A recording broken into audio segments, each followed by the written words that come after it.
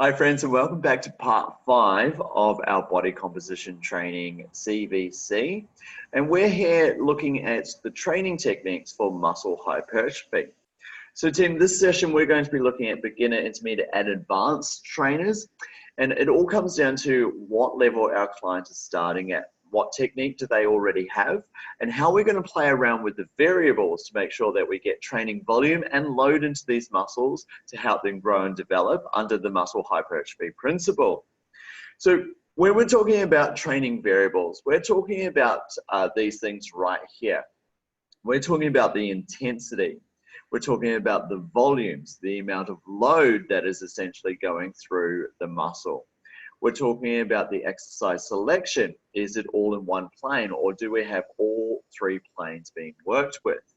We're talking about the rest periods and looking at muscular fatigue. And then we can play around with repetition speed as well.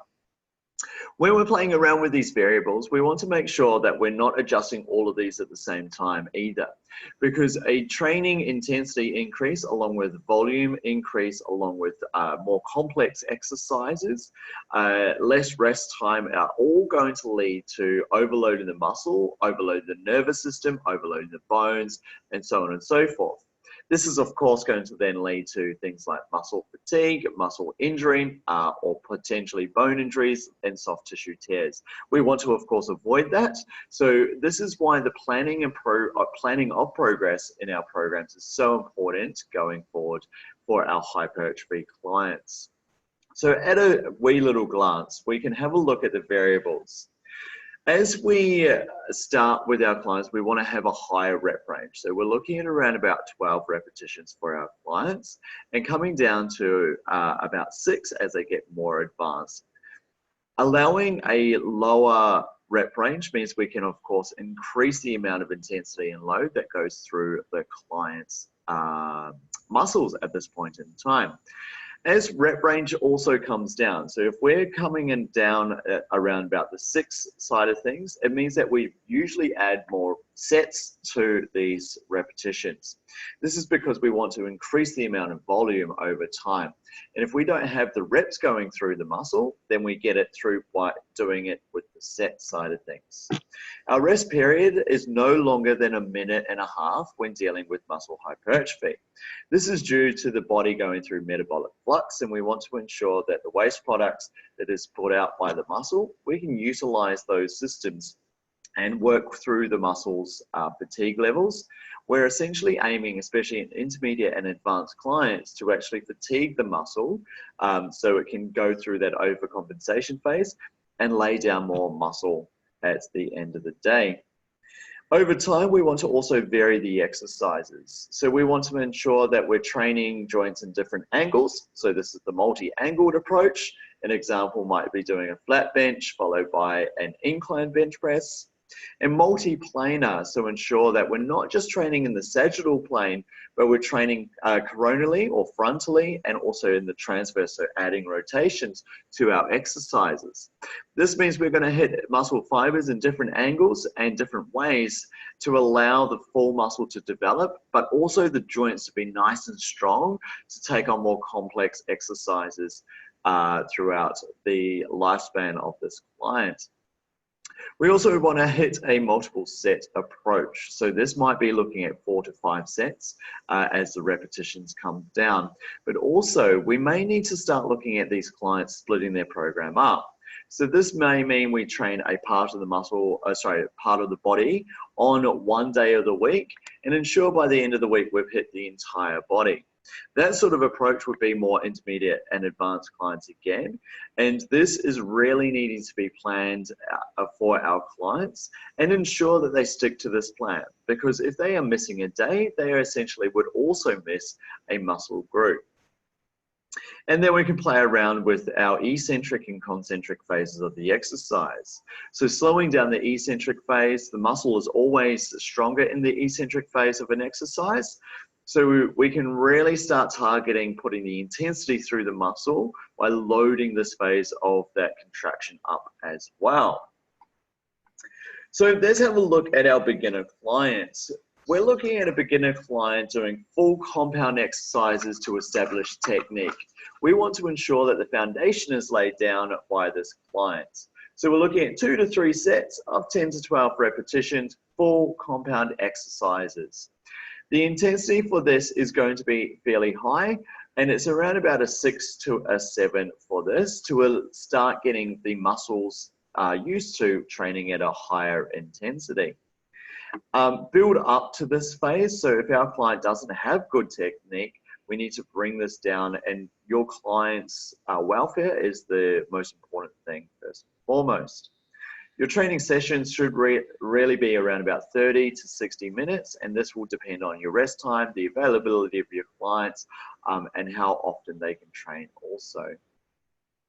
2 to 3 sessions a week, like I said, is what we're trying to hit, with around about 24 to 48 hours of rest between each session, depending on how acutely your muscles pull up after a day of hypertrophy training.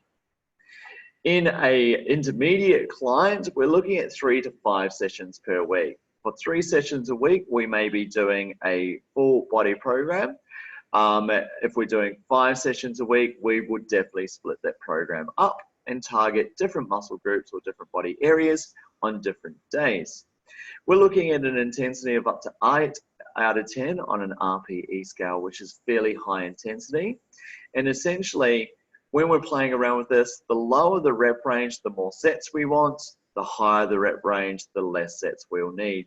And this is simply because we want to look at how much volume we can get through those muscles in the time that we've got. For something around this area, you want around a 45 to 60 minutes availability for these clients to target those muscle groups and get the volume and intensity you need through those muscles to elicit this hypertrophy approach.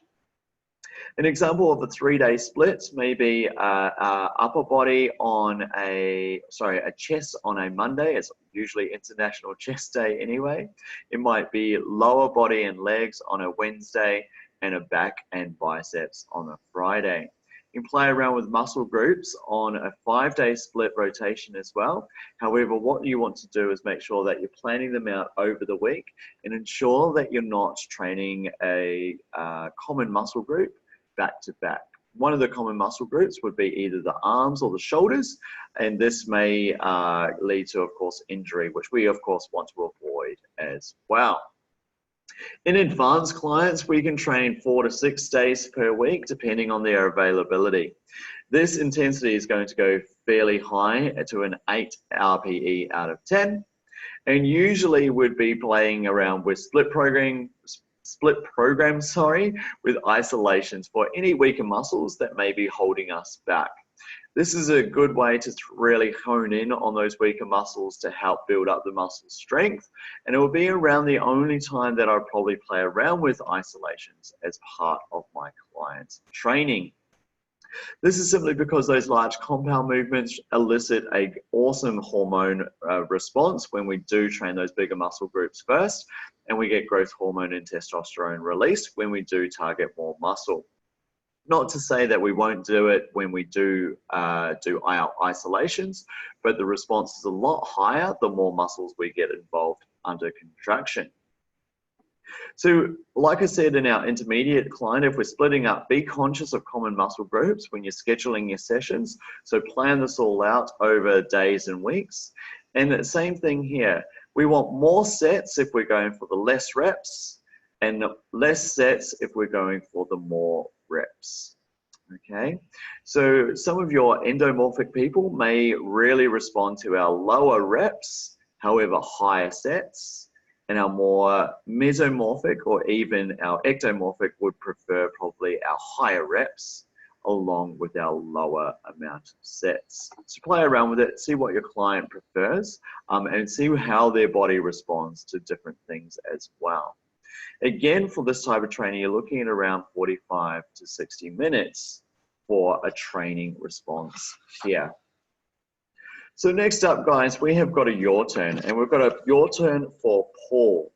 So pause this recording and design a training week for Paul and a training program for Paul. Whether you want to do a full body program or a split program is completely up to you. So Paul has been training for 3 months and established some good strength gains. He's comfortable with his technique and his big lifts.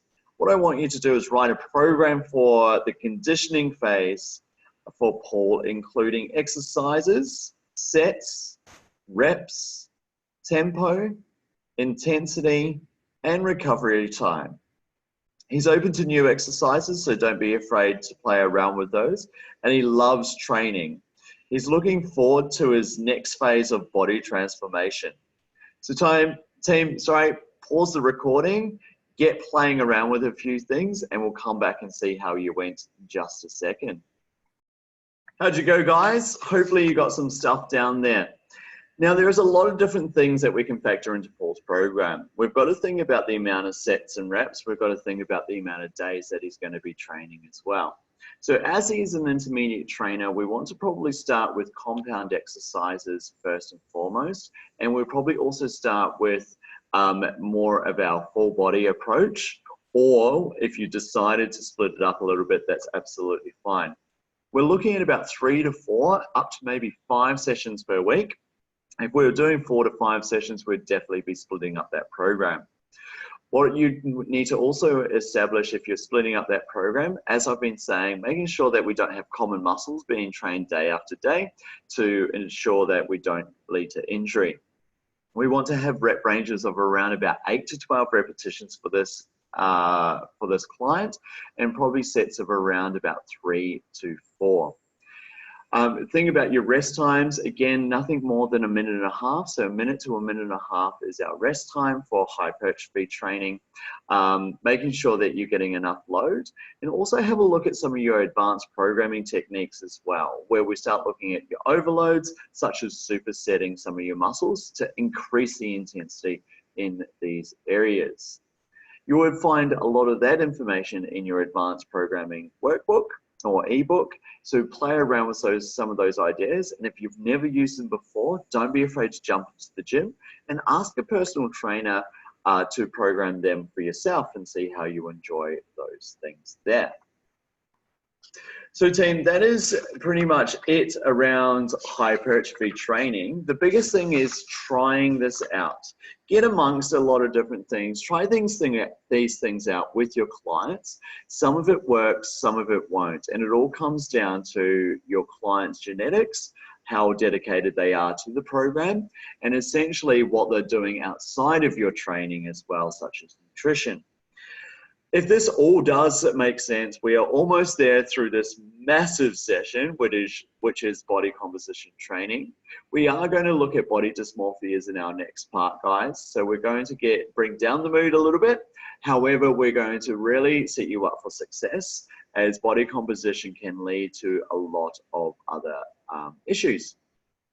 Team, if you're ready to rock and roll, I'll see you in part 6, our second to last part for body composition training. Team, it's been awesome. I'll see you soon.